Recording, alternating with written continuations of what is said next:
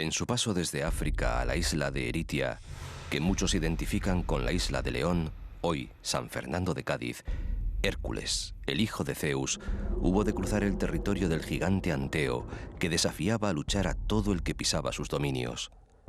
Parece que en el decurso de tan titánica batalla, un golpe de hombro del héroe abrió la tierra. Así se formó el estrecho de Gibraltar.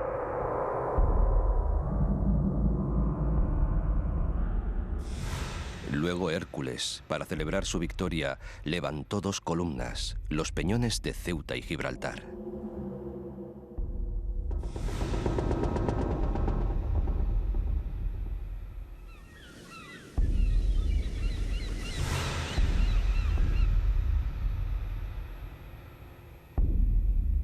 Siglos más tarde, el emperador Carlos, que fue primero de España y quinto de Alemania, incluyó en el escudo de su reino del sur aquellas columnas, rodeándolas de una banda con dos palabras: plus ultra, más allá. Sin duda una alusión a las colonias americanas, aquel imperio en el que jamás se ponía el sol.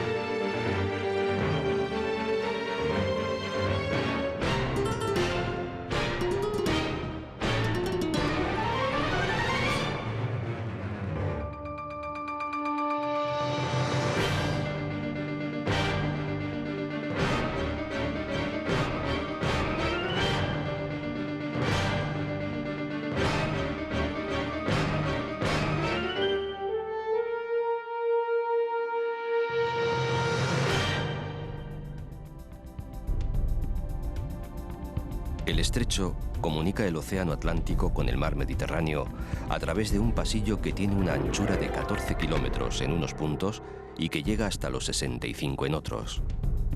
Por él han navegado dioses, héroes griegos, guerreros cartagineses, ejércitos romanos, invasores moros, soldados españoles, marinos de toda Europa. Por él han cruzado comerciantes, piratas, aventureros, contrabandistas, exiliados de la política o la fortuna.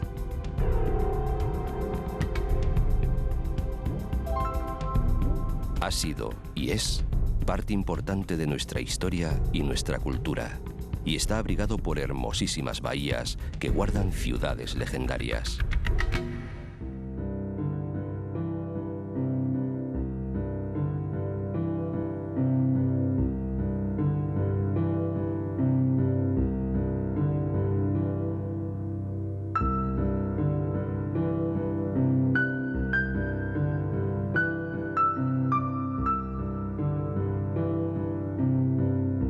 Algeciras, la Isla Verde, la Al Jazeera Al-Adra, llamada así por el impresionante verdor de sus alrededores. Aquí vio la luz Almanzor, aquel caudillo musulmán que fue azote de cristianos. Pero poco se conserva del legado andalusí, porque el último soberano nazarí, Muhammad, dio órdenes de destruir la ciudad antes de escapar y dejarla en manos cristianas. La conquistó en 1344 Alfonso XI el Justiciero, aquel castellano que fuera rey con tan solo un año de edad y que tras vencer en la batalla del Salado trajera los límites de Castilla hasta estas fronteras de agua.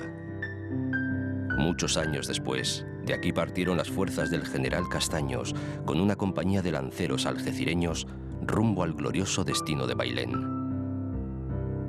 Hoy, este puerto, que comenzó siendo un muelle de madera en la desembocadura del río Miel, el de las aguas dulces, es uno de los más importantes de España y de los de mayor tráfico, y todos los años celebra, porque una celebración es la vuelta a casa, el paso, en un sentido o en otro, de miles de personas que vuelven a África o a España y Europa.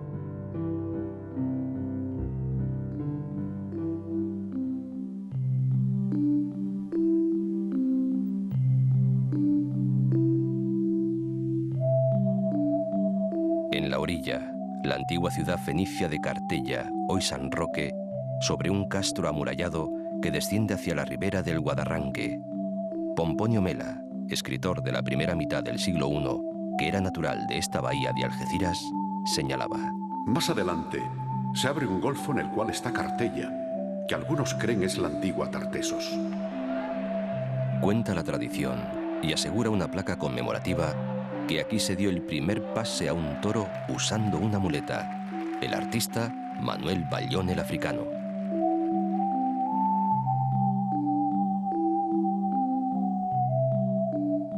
La ciudad de La Línea, cuyo nombre proviene de la línea de fortificaciones que mandó edificar Felipe V en su lucha contra los ingleses, fue prácticamente destruida en 1810 durante la Guerra de Independencia. Ahora se levanta de nuevo en el extremo opuesto de la bahía.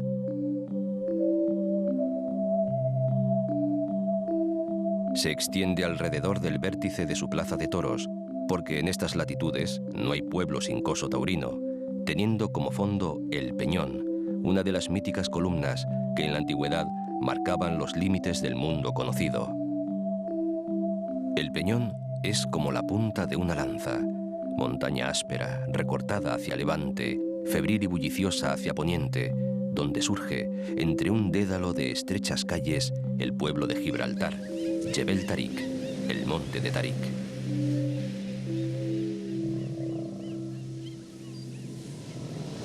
Por este particular ecosistema marítimo, encuentro de mar y océano, migran las ballenas, incluyendo el mamífero más grande de todos, la ballena azul.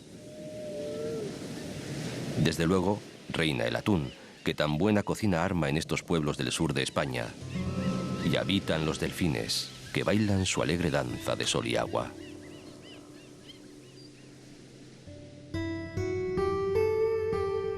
Por la bahía de Algeciras ha habido siempre una picaresca que retratan muy bien los versos de José Carlos de Luna. Barquito de vela, ¿a dónde va? A Gibraltar. ¿Me quieres llevar? No, hijo, que voy a un alijo en la calle Real. Me espera un judío y un moro y un señor principal, que tiene de todo. Caballos, palacios y un barco a motor. Y una amiga en La Línea, y otra en Algeciras y otra en el Palmone.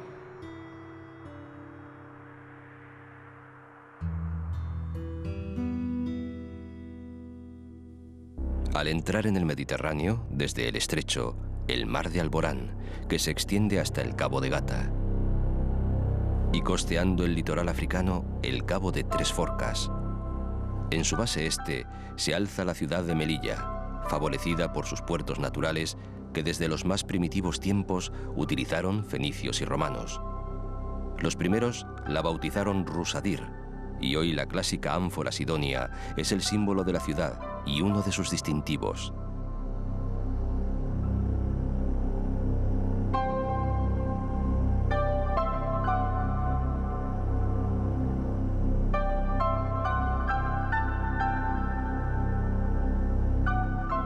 En poco más de 12 kilómetros cuadrados, playas de fina arena, una costa llana y ligeramente ondulada hacia las laderas del macizo del Gurugú y la pequeña península en la que se ubicó la ciudad vieja.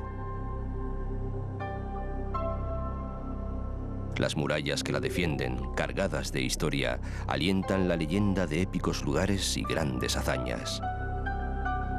Leyendas y secretos se esconden en sus fosos comunicados que parecen enlazar alturas con bajíos, cimas con simas.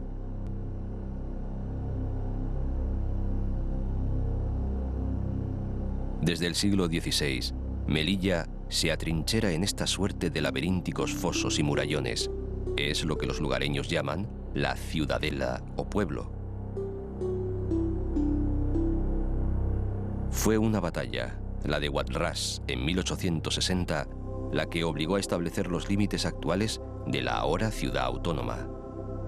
Una guerra que propicia una época de esplendor, un nuevo urbanismo trazado por ingenieros militares y una arquitectura de estilo Art Nouveau y Art Déco que la convierten en una de las ciudades mediterráneas más importante en el estilo modernista.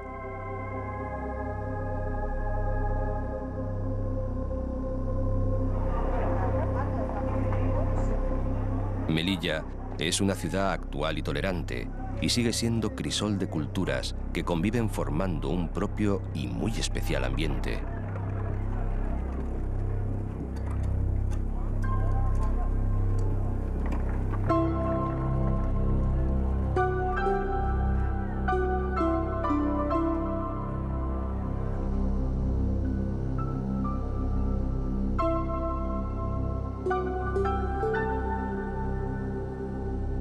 Las Islas Chafarinas, al este de Melilla, fueron en tiempos pasados, como casi todas las de ese litoral, refugio de piratas y ladrones. De ahí les viene el nombre, pues en uno de los dialectos árabes de la zona, chofar quiere decir ladrón. Hoy son reserva y estación biológica y han tenido importante papel en la conservación de la gaviota piquirroja, que ha estado en peligro de extinción.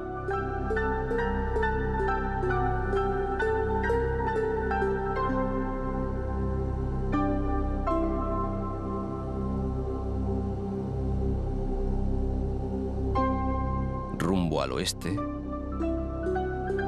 en la bahía de Alhucemas, casi a tiro de piedra de la costa, 3 islas: El Peñón, la Isla de Tierra y la Isla del Mar.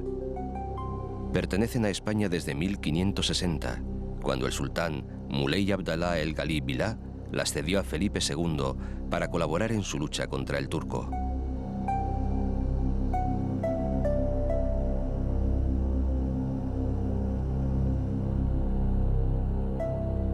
Siguiendo la singladura, el Peñón de Vélez de la Gomera, en la desembocadura del río Bades, un gran peñasco triangular unido por un pequeño puente de madera a una isleta llamada de San Antonio. En 1508, una expedición española expulsó a los piratas que se refugiaban en ella. Desde entonces, su faro ayuda a la navegación en esta parte del estrecho.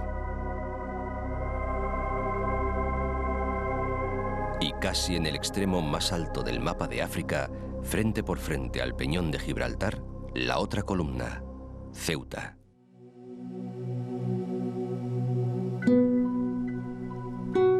Es muy probable que su fundación esté directamente ligada a las factorías de salazón del pescado, lo que no es de extrañar, porque su situación estratégica sobre el estrecho la convertía en poderosa factoría pescadora.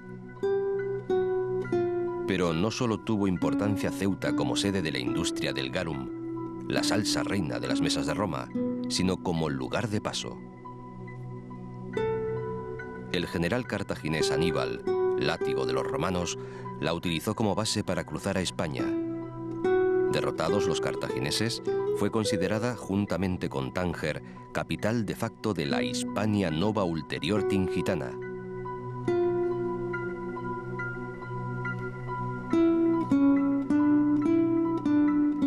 Sí, Ceuta mezcla la guerra y el amor, es fortín y puerto. Desde la carretera que circunvala el monte Hacho se ven sus murallas y se descubren fuentes históricas anteriores a la conquista portuguesa que se demuestra en la presencia, en lo más alto del monte, de una fortaleza que los lusitanos denominaron el Facho, referencia al fuego que allí se encendía para alertar sobre la proximidad de enemigos marítimos o terrestres. El recinto fortificado hispano-portugués penetra las aguas como si quisiera zarpar, navegar por ellas.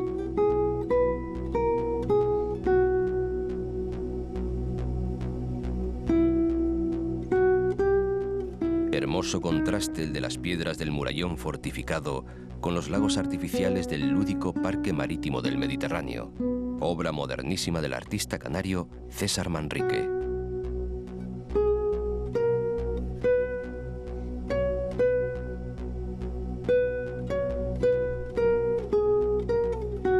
Es Ceuta, una ciudad que enamora.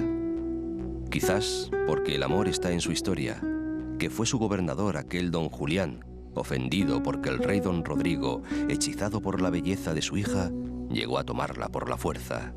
Realizó el conde su venganza, permitiendo el paso a Tarik, general de los bereberes, para que conquistara España.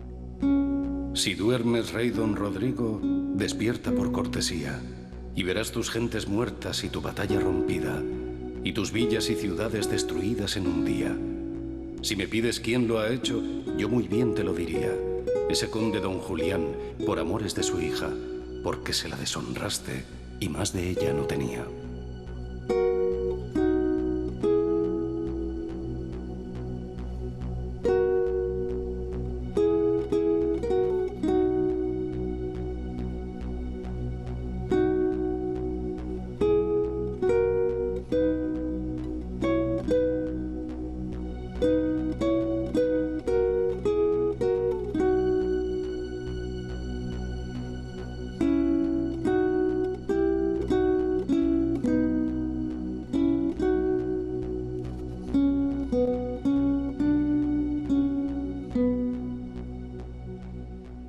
volvemos a cruzar el estrecho.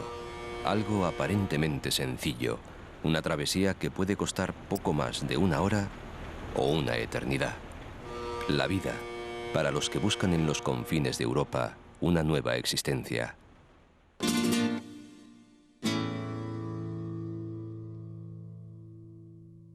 Ante el Cabo de Tarifa se unen las aguas del Océano Atlántico y del Mar Mediterráneo. Quizás es el maridaje de ambos mares lo que provoca las olas y el viento tan propicios para practicar una de las actividades acuáticas más en boga, el windsurf.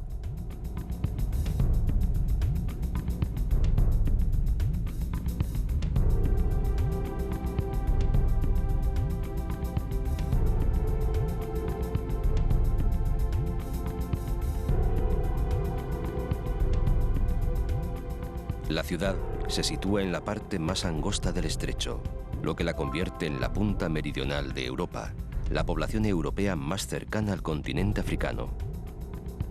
En 1862, un escritor francés, el barón Charles de Davilliers, hizo un viaje por España acompañado de su fotógrafo particular, nada menos que el dibujante Gustave Doré. De Tarifa, lo que más les impresionó fueron sus mujeres, famosas entre las andaluzas por su belleza.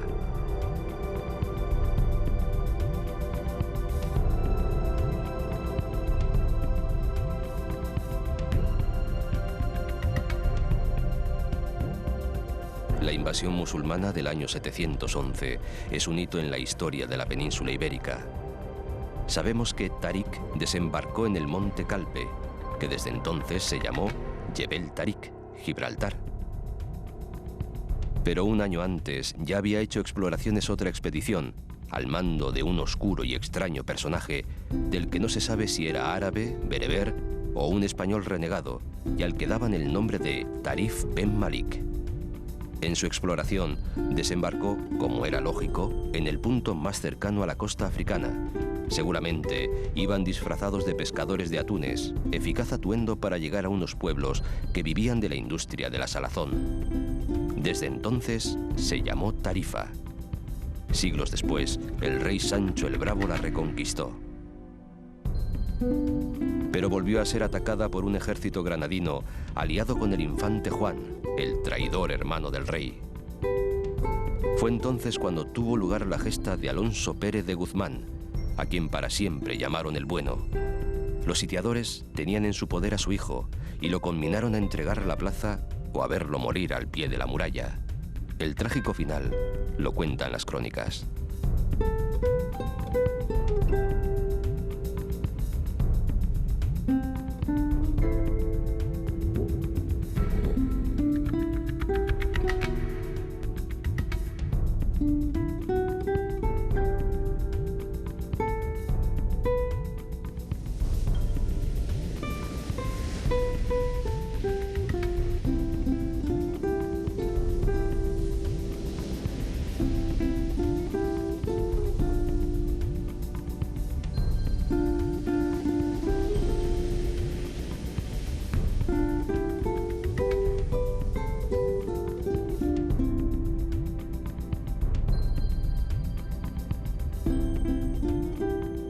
Seguir la zigzagueante línea de arena y mar para toparse con las ruinas de Boela Claudia, la ciudad bética del siglo II.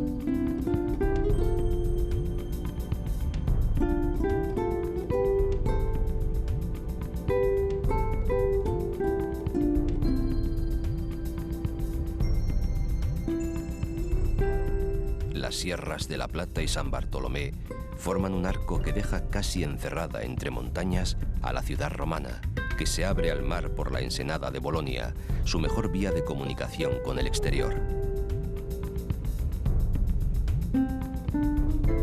En la playa de los Lances desembocan 3 cursos fluviales, el arroyo Salado y los ríos de la Vega y de la Jara. Los avatares de la Reconquista convertirán esta zona en línea fronteriza despoblada, hasta el punto que Alfonso XI, que la conocía bien, sabiendo sus dificultades, proclamó un perdón real para los criminales que se establecieran aquí al menos 1 año y 1 día. El rey moriría víctima de la peste negra durante unas operaciones militares en Gibraltar.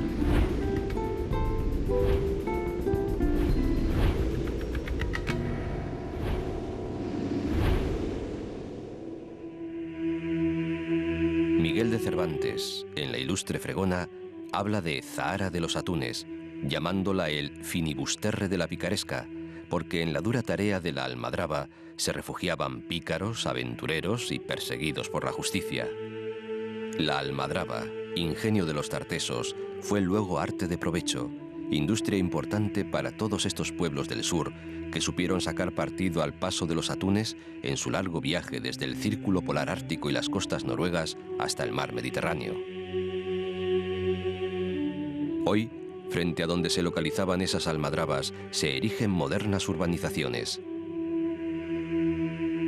En los inicios del siglo XIV, Zahara, que significa flor en árabe, es cedida con el territorio de Vejer al bueno de don Alonso Pérez de Guzmán, con el que comienza el señorío de los Medina Sidonia.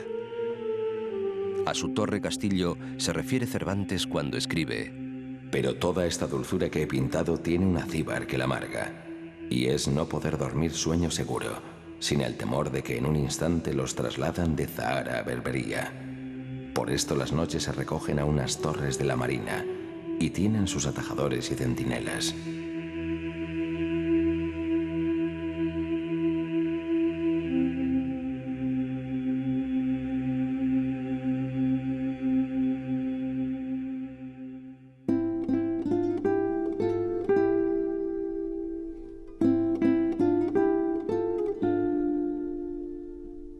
Tras unos acantilados prodigiosos, espera Barbate.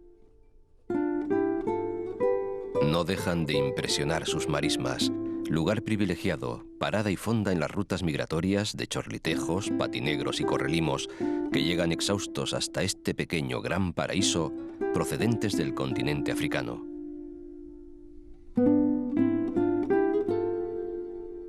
Barbate, cargado de historia por la presencia de fenicios, romanos y árabes, es un municipio fundamentalmente pescador, esencialmente turístico y puramente gaditano. Casas blancas, encaladas al más puro estilo andaluz, para uno de los lugares con más horas de sol de toda Europa.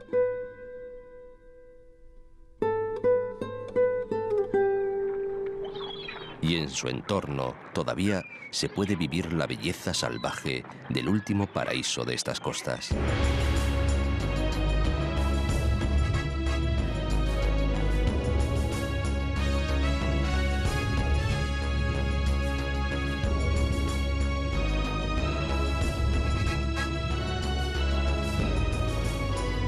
Estas tierras han sido también testigo de hechos históricos importantes.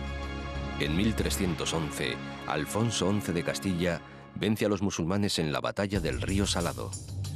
Y en 1805 tuvo lugar en estas aguas la batalla de Trafalgar, entre la escuadra franco-española y la flota que revalidó la superioridad británica en los mares y fue un grave golpe para los planes de Napoleón Bonaparte. En la batalla, Nelson, comandante de la flota inglesa, y Churruca fueron heridos mortalmente, aunque continuaron mandando sus barcos hasta el fin. El español, capitán del San Juan Nepomuceno, cañoneado por 6 barcos en formación, mandó clavar la bandera.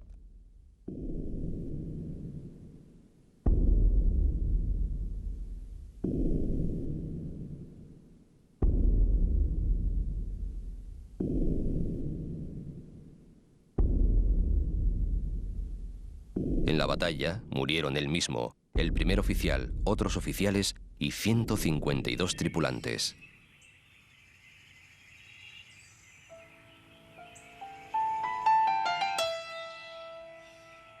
Como contraste, coronando un alcor, recortándose contra el cielo si la vemos desde la tierra, dominando la tierra si la vemos desde el cielo, Vejer de la Frontera.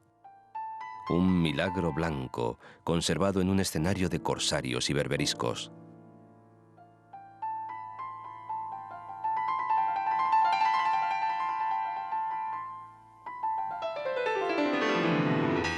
Entrando por cualquiera de las 4 puertas de su muralla, es fácil perderse en el laberinto de calles estrechas y empinadas de exótico sabor islámico. Cuenta la leyenda que cuando los moros fueron expulsados de España, un emir marroquí, enamorado de una vejeriega, se la llevó a Marruecos y le construyó una ciudad a imagen y semejanza de Vejer. Esa ciudad sería la actual Chauen.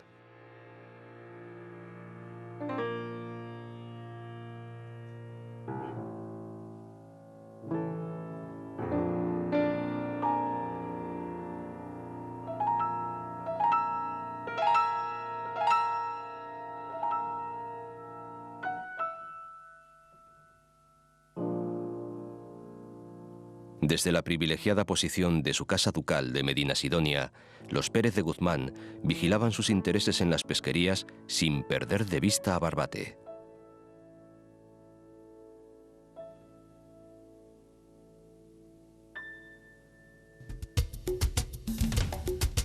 Los caños de Meca se funden con el mar. Tan fantástico paisaje fue colonizado por fenicios y romanos que instalaron numerosas almadrabas, dejando ya para siempre la semilla de la vocación atunera, y tanto asombró este pedazo de costa a los musulmanes que por la abundancia de manantiales, cuyo sonido se confundía con el del mar y la belleza de cuanto les rodeaba, lo bautizaron con el nombre de la sagrada ciudad de la Meca. Hoy, entre las arenas y el agua, se esconden gaviotas y rapaces como el halcón peregrino, mientras las torres vigías permanecen ancladas en la roca, diríase que un tanto frustradas, sin tener ya piratas enemigos sobre los que alertar.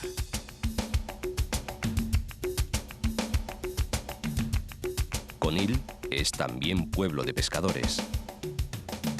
Árabe en el trazado de sus calles, blanco en el caserío que se inclina hacia la playa. Ya romanos y visigodos supieron aprovechar su buena situación para construir un puerto importante antes de que la conquista mora le hiciera depender de Vejer.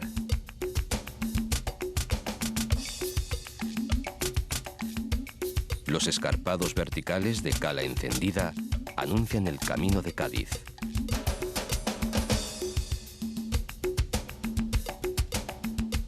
En la proximidad de Chiclana, Sancti-Petri y su puerto deportivo, y su magnífico campo de golf de hermosos greens situados en lo mejor del mundo. Cuenta algún Cádiz romántico y soñador, que los hay, que cuando el golpe es lo suficientemente bueno, la pelota se eleva hasta desaparecer en las alturas. Asegura que no vuelve a caer porque queda flotando en los cielos de Chiclana, contemplando seguramente el castillo construido por los fenicios sobre un templo dedicado a Hércules Melcar. En él se inspiró don Manuel de Falla para escribir su Atlántida, que no en balde dicen los que saben que la capital del continente desaparecido estaba por estas tierras. Uno de sus reyes pudo ser aquel Gerión de las 3 cabezas al que Hércules le robó los toros. Ya por aquel entonces se criaban toros por estas tierras.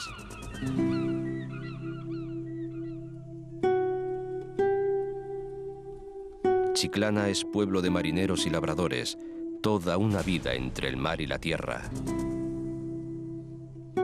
Pega el calor en esta zona, pero el ingenio de sus artesanos hace recipientes de barro cocido y poroso que dejan escapar cierta cantidad de agua que al refrescarse con el aire enfría la de dentro, vasijas que ya importaban los romanos, alcazarras se llaman. Un ilustre viajero francés del siglo XIX menciona haber oído unos tanguillos. Para alcazarra Chiclana, para trigo Trebuena y para niña bonita Sanlúcar de Barrameda.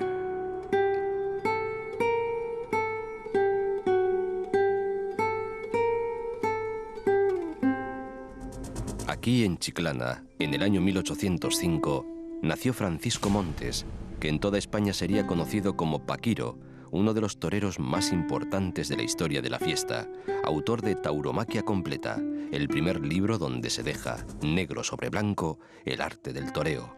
Comentaba Lorca en su café de Chinitas. Al dar las 4 en la calle se salieron del café, y era Paquiro en la calle, un torero de cartel.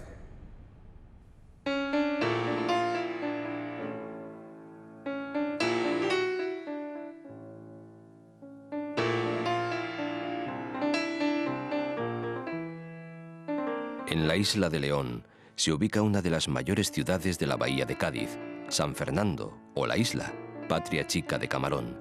Chato de la isla dice por alegrías: un baluarte invencible es la isla de León, porque con los gaditanos no pudo Napoleón.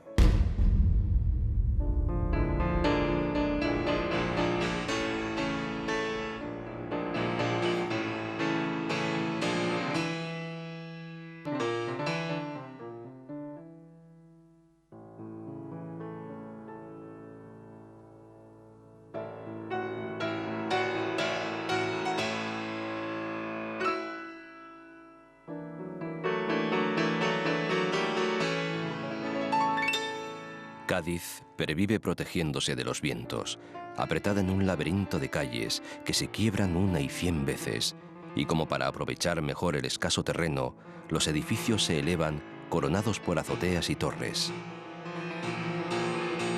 La peculiar arquitectura de las casas contrasta con el ayuntamiento, en el que en 1810, en plena guerra de la independencia, reinando en el país José Bonaparte y estando sitiada por la Armada francesa, Cádiz se convierte en capital del reino independiente y bastión liberal. Con las bombas que tiran los fanfarrones, se hacen las gaditanas tirabuzones.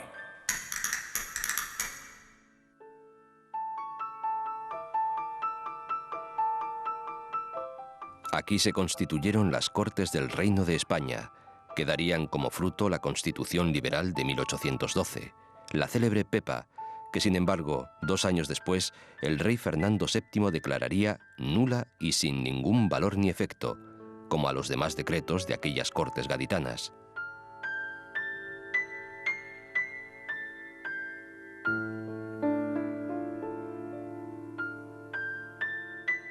Es evidente que Cádiz fue siempre puerto. Desde los tiempos mitológicos de Hércules, como aseguran algunos, o desde que los fenicios llegaron de Tiro, allá por el 1100 a.C., y decidieron que aquel peñón varado entre 2 aguas podría ser buen lugar para fundar una ciudad. Y le dieron el nombre de Gadir, lugar cerrado, acogedor.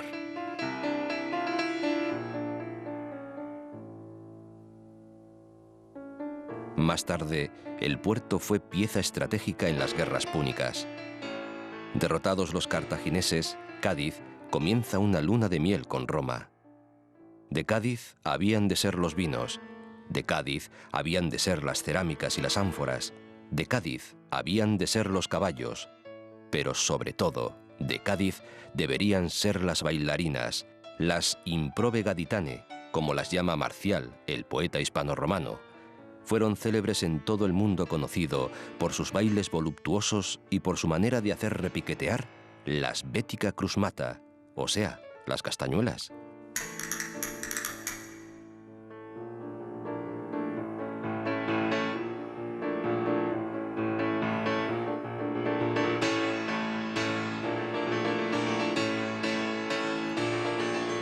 Cádiz, tacita de plata, lo mejor de Andalucía. Eres una perla blanca en medio de la bahía. Luego llegaron los piratas y Felipe II mandó amurallar la ciudad. Defensas que envuelven toda la isla, testigos de asedios y combates. Ante ellas se situaron fuerzas inglesas, holandesas y francesas. Torre Tavira fue parte del llamado Palacio de los Marqueses de Recaño, y una más, tal vez la principal, de las más de 160 torres que en el siglo XVII tenía Cádiz para vigilar sus puertos, construidas por los ricos comerciantes que controlaban desde casa la llegada de sus barcos.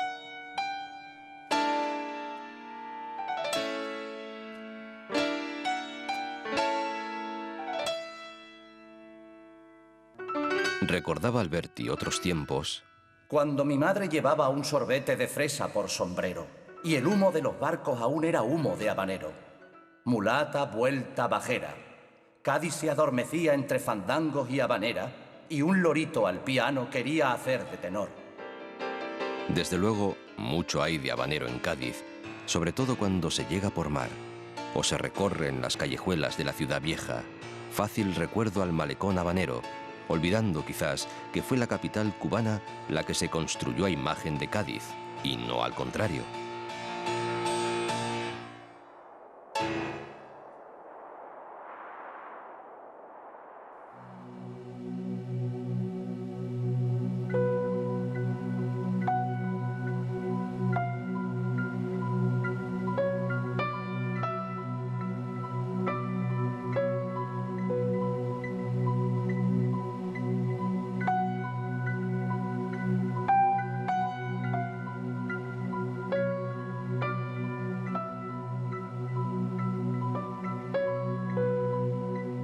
El caño del Trocadero separa la isla de la tierra continental. Sobre los fangos salustres de la bahía cantaba Alberti. Y ya estarán los esteros rezumando azul del mar. Dejadme ser, salinero, granito del salinar. El océano se esconde en un laberinto de playas y dunas, caños y esteros, salinas y pinos. Una lengua de tierra forma el coto de los Saboneses, interrumpido por el caño del Caserón, último tramo que comunica al río con el mar.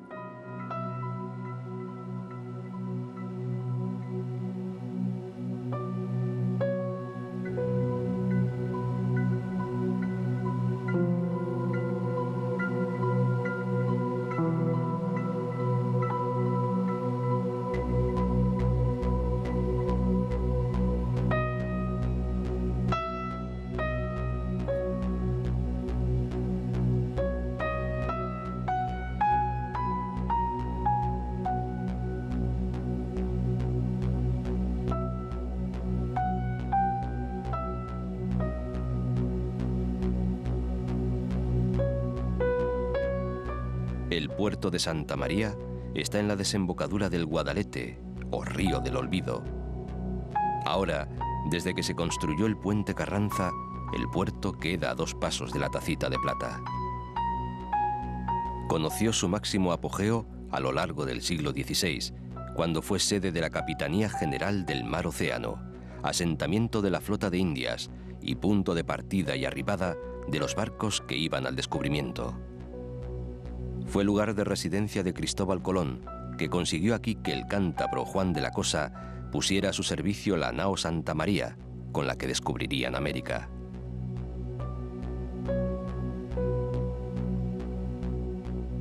El 7 de septiembre del año 1522, una nave destartalada entraba en el puerto. Era la Victoria, que 3 años antes había iniciado una vuelta al mundo saliendo de Sevilla, formando parte de la flota de 5 naves mandada por Magallanes.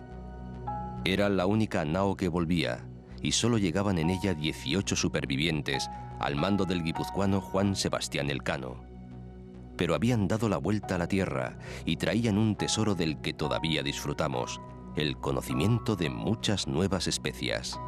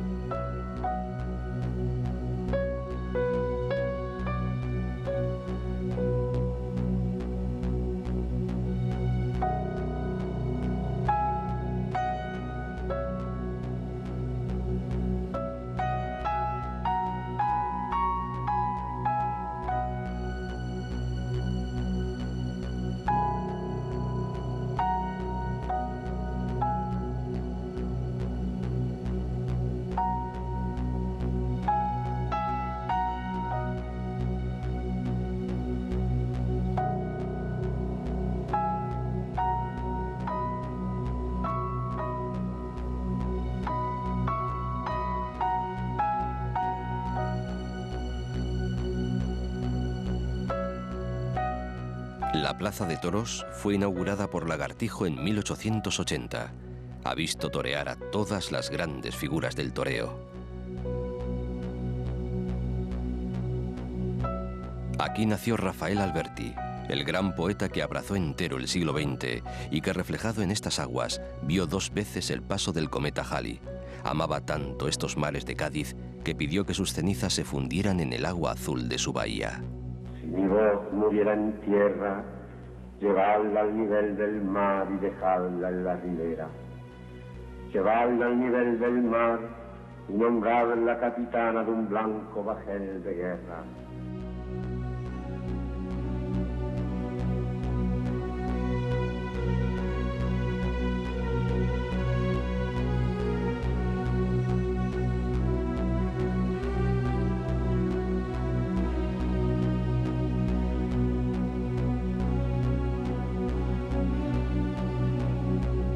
Puerto Serri es el puerto deportivo, moderno y coqueto en el que amarran yates y lanchas que contrastan con la rusticidad del modesto vaporcito, que es como el transporte oficial.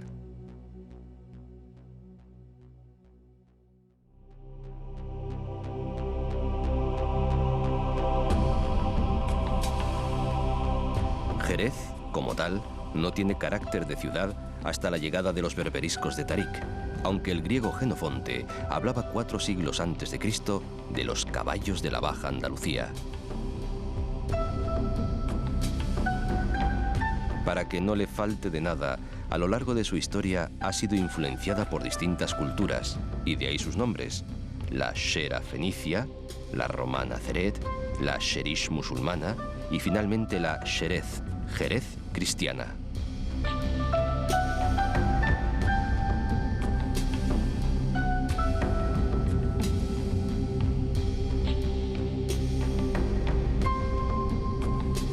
Muros renacentistas y fachadas barrocas, rincones árabes y construcciones mudéjares y calles empedradas por los barrios viejos. Una ciudad viva y señorial.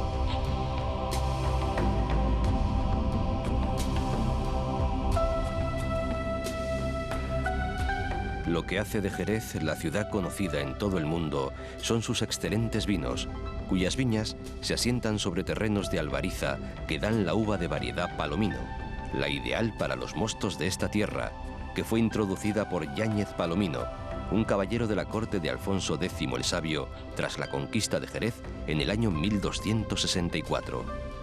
Luego, a la uva Pedro Jiménez parece que la trajo allá por el 1680 Pieter Siemens, un soldado alemán de los tercios de Flandes.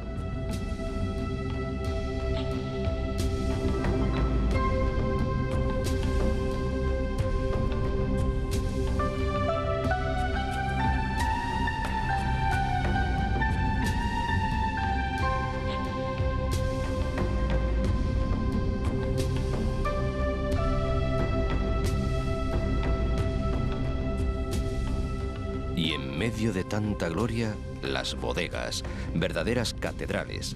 Dicen que los jerezanos levantaron la mejor casa para el mejor vino. Un buen aficionado a estos caldos y excelente propagandista fue William Shakespeare, que puso en boca de uno de sus mejores personajes, el grueso y jocundo Falstaff: si 1000 hijos tuviera, el primer principio humano que les enseñaría sería abjurar de toda bebida insípida y dedicarse al jerez.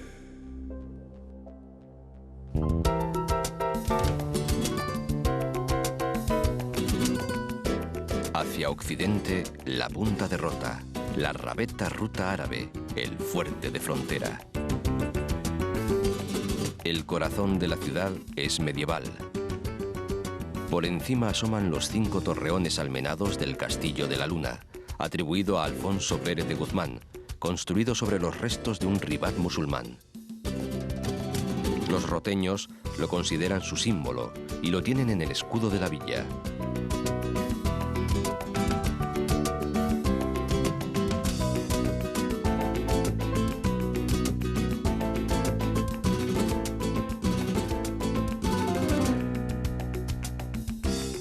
Por el arco de Regla se salía para dirigirse hacia Chipiona, que no es mal camino. La costa se sucede en largas playas atlánticas.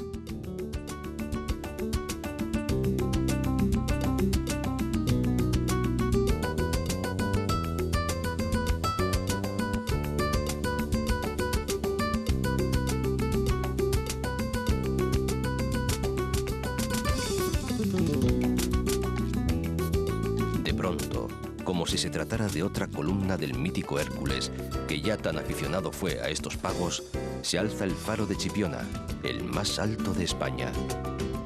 Su luz alcanza los 150 kilómetros de distancia.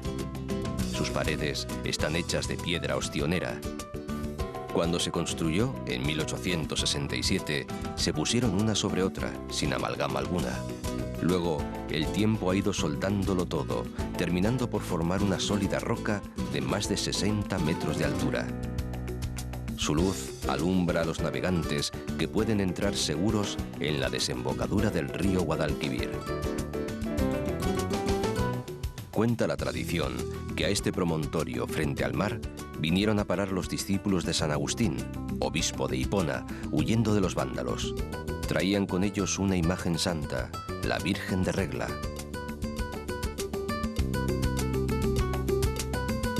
Chipiona fue a finales del siglo XIX balneario y localidad de veraneo de la aristocracia.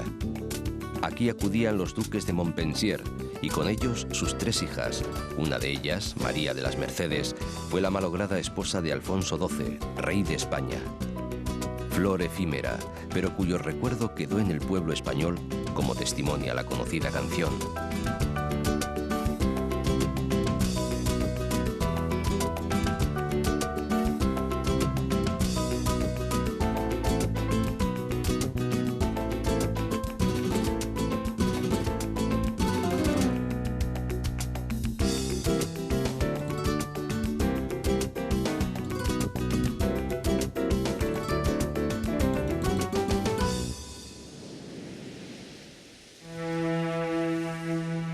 Comenzó esta aproximación al sur del sur por el Estrecho, Gibraltar y Ceuta, las columnas de Hércules que ostentaron el lema Non plus ultra, nada más allá. Y lo termina en Sanlúcar, surcando los cielos sobre el estuario del Guadalquivir. Siguiendo a los flamencos de Doñana, que vuelan hacia parajes más cálidos, más allá, siempre más allá.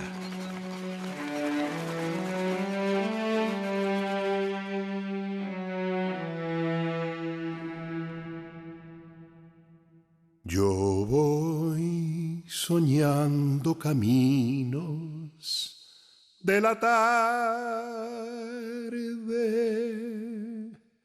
las colinas doradas, los verdes pinos. Para dejarlo caer una vez y otra vez.